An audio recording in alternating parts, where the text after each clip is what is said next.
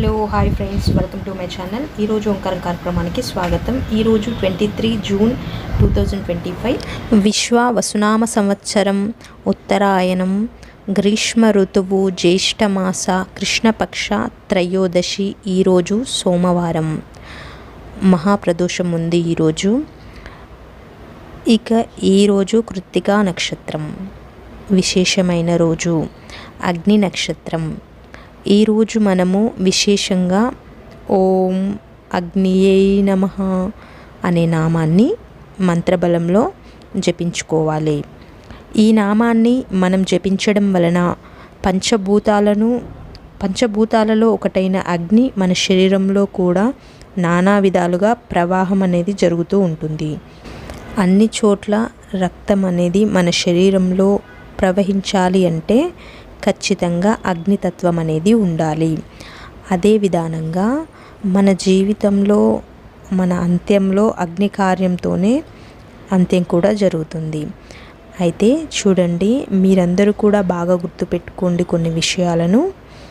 మన సనాతన ధర్మంలో పూర్వం నుంచి కూడా ఆఖరి స్టేజ్ ఏదైతే ఉంది అంటే అది అగ్నికి ఎండ్ అవుతుంది.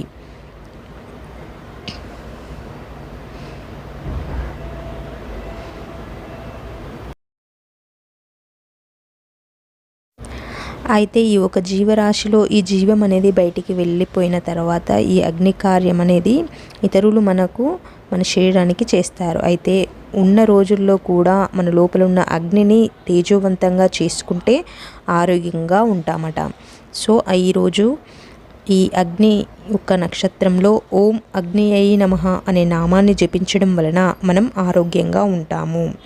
సో ఈరోజు మంత్రబలంలో మంత్రం వచ్చేసి ఓం అగ్నియై నమః, ఓం అగ్నియై నమః అనే మంత్రాన్ని చక్కగా జపించండి. పంచభూతాల్లో ఈ ఒక శరీరం ఉంది, నీరు ఉంది, నిప్పు ఉంది, అదే విధానంగా గాలి ఉంది, మనకు తెలుసు. సో అన్నీ మన శరీరంలో ఉన్నాయి పంచభూతాలు.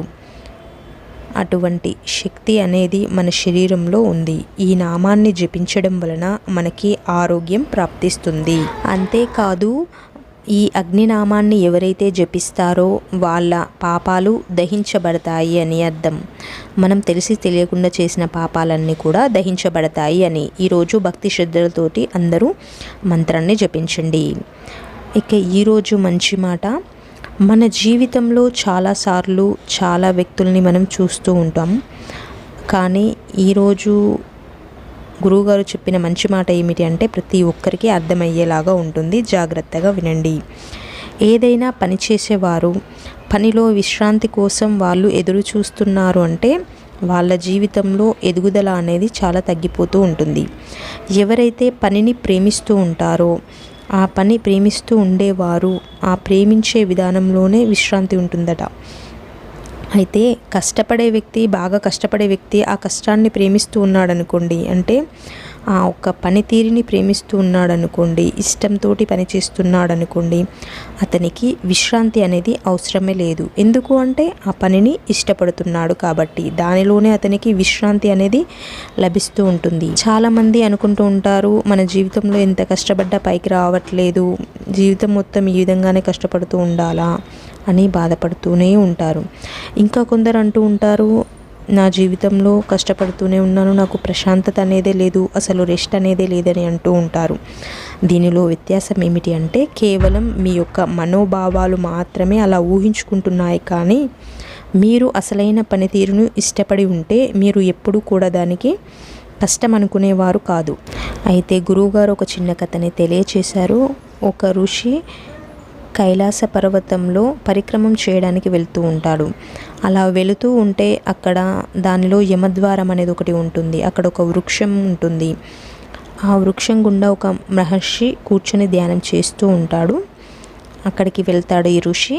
అతన్ని చూస్తాడు. చూసిన వెంటనే అతను కళ్ళు తీసి, అయ్యా ప్రణామాలు, నేను ముక్తి కోసం ధ్యానం చేస్తున్నా, ముక్తి ప్రాప్తించడానికి ఇంకా ఎంత సమయం పడుతుందయ్యా అని అంటే, ఇంకా నీకు 1000 సంవత్సరాలు పడుతుంది అని అంటారు ఆ గురువుగారు. తర్వాత ఇంకొంచెం దూరం వెళ్ళగానే అక్కడ ఎండలో ఒక మనిషి కూర్చొని, చాలా ఎండ ఉంటుంది, అటువంటి ఎండలో కూర్చొని ధ్యానం చేస్తూ ఉంటాడు. తన దగ్గరికి ఈ ఋషి వెళ్తే అతను ఈ ఒక మహర్షిని చూసి, అయ్యా నమస్కారం స్వామి అని నమస్కారం చెప్పి, అయ్యా నేను ముక్తి కోసం మోక్ష మార్గాన్ని వెతుకుతూ ఉన్నాను, ఇంకా నేను ఎన్ని సంవత్సరాలు ఇలా ధ్యానం చేయాలి అని అంటే, ఇంకా మీరు 1000 సంవత్సరాలు ధ్యానం చేయాలి అని చెప్తాడు. అన్ని సంవత్సరాలు ధ్యానం చేయాలని చెప్పి మళ్ళీ కళ్ళు మూసుకొని కూర్చుంటాడు. ఇక కాస్త అలానే నడుస్తూ వెళ్తూ ఉంటే ఒక అతను భగవంతుని కోసం ధ్యానం చేస్తూ ఉంటాడు. అతని దగ్గరికి వెళ్తూ ఉంటాడు. అంటే నృత్యం చేస్తూనే ఉంటాడన్నమాట. అలా నృత్యం చేస్తూ ధ్యానం చేస్తూ ఉంటే, స్వామి నేను భక్తి మార్గంలో మోక్షం మార్గం గురించి ఇలా చేస్తున్నాను, నాకు ఎప్పుడు మోక్షం లభిస్తుంది అని తెలియజేస్తారని అంటే, నీకు ఇంకొక 1000 సంవత్సరాలు పడుతుంది అని అనగానే అతను అవునా అనేసి సంతోషంతో హ్యాపీగా నృత్యం చేసుకుంటూ ఉంటాడు. సో అతనికి మోక్షం అనేది లభిస్తుంది. అంటే ఇందులో మిగతా వాళ్ళు కాలాన్ని ఎదురు చూస్తున్నారు ఎప్పుడెప్పుడు అవుతుందని. కానీ మూడో వ్యక్తి అడిగాడు కదా, సంతోషంగా ఇష్టపడుతూ ఇంకా 1000 సంవత్సరాలైనా సరే సంతోషంగా చేస్తూ ఉంటాడు. అంటే కాలాన్ని లెక్కబెట్టట్లేదు, కేవలం గోల్ లక్ష్యం అయితే ఏదైనా ఉందో అంటే మోక్షాన్ని పొందాలి అనే మార్గాన్ని దానిపైన మాత్రమే ఫోకస్ పెట్టాడు. అందుకే అతనికి కాలాన్ని 1000 సంవత్సరాలైనా కూడా ఆయన ఇష్టపడుతూ చేస్తాను అనేసి అన్నాడు. సో జీవితంలో కూడా ఇలా గంటలు లెక్కపెట్టి పనిచేసే వాళ్ళు కావచ్చు, లేదా కాలాన్ని లెక్కపెట్టి నాకు ఇన్ని సంవత్సరాలు అయిపోయాయి నేనేం చేయలేదని లెక్క పెట్టుకుంటారు కదా, వాళ్ళ జీవితంలో ఎప్పుడూ కూడా ఇంకా 100 సంవత్సరాలైనా కూడా ఎదగరు అని గురువుగారు తెలియచేశారు. ఎప్పుడు పనిలో నిమగ్నమైపోయి ఉంటారో వాళ్ళు ఖచ్చితంగా సక్సెస్ అవుతారు అనేసి గురువుగారు తెలియజేశారు. ఈరోజు నిత్య నక్షత్రం కృతికా నక్షత్రం. అశ్విని మఖ మూల నక్షత్రం వారికి విపత్తార ఉంటుంది, జాగ్రత్తగా ఉండండి. ఇక భరణి పుబ్బ పూర్వాషాఢ నక్షత్రం వారికి సంపత్కార ఈరోజు విశేషమైన రోజు.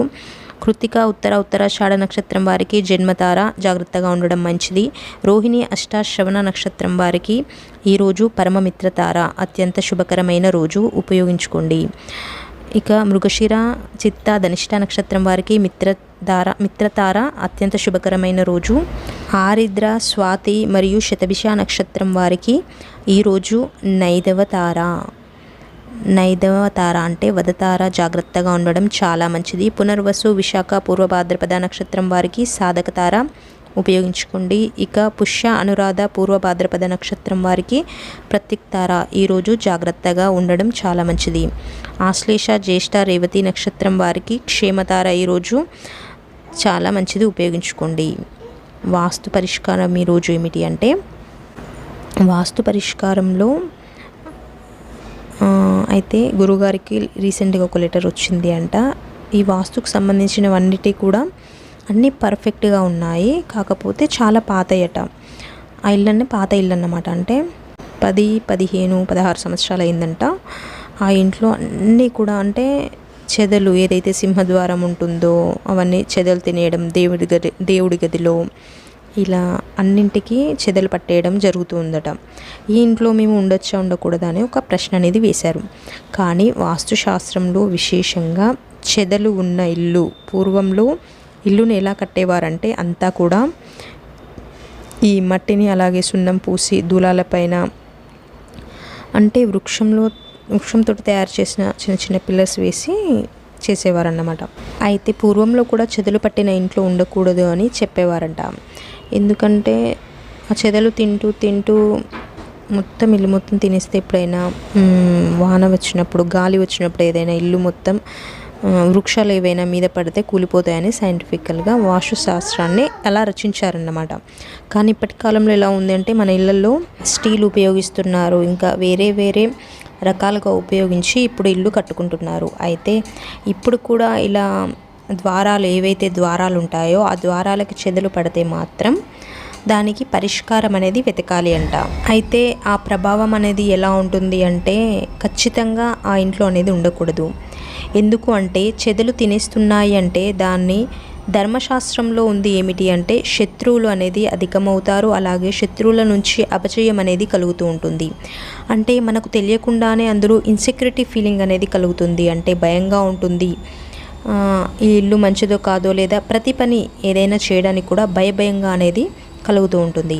ఇది ఫస్ట్ ఎవరి మీద అంటే మానసికంగా ఎవరైతే అంటే మనసు దృఢంగా లేని వారు ఉంటారో, చిన్నపిల్లలు, వారిపైన పడుతుంది.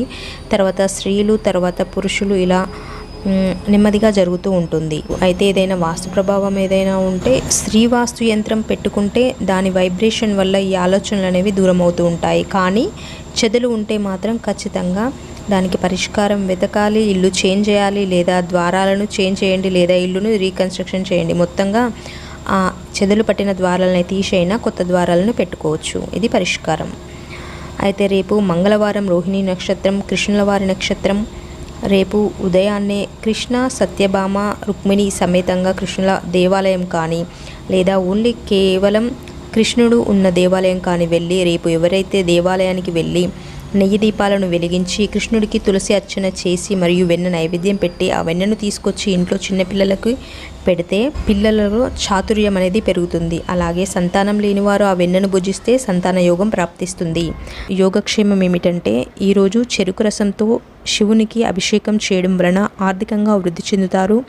అంటే శివలింగానికి చెరుకు రసంతో అభిషేకం చేసి మీకు ఏదైనా తామర పువ్వులు, లోటస్ ఫ్లవర్స్ ఏవైనా దొరికితే ఆ లోటస్ ఫ్లవర్స్ పైన అంటే కమల పుష్పాల తెచ్చి ఆ ఆకులపైన, రేకులపైన చక్కగా తీసి ఆకుపైన శ్రీరామ అని గంధంతో రాసి ఆ పుష్పాన్ని పరమేశ్వరునికి సమర్పించుకుంటే తర్వాత దారిద్ర దహన శివస్తోత్రాన్ని పారాయణం చేసుకుంటే సకలమైన దారిద్ర్యం అనేది దూరమై ఆర్థికంగా అభివృద్ధి చెందుతారు. ఇదండి వాటి యోగక్షేమం. చక్కగా పాటించండి. అలాగే వీడియోని లైక్ చేయండి, షేర్ చేయండి, కామెంట్ చేయండి. ప్లీజ్ సబ్స్క్రైబ్ చేసుకోండి. Thanks for watching video.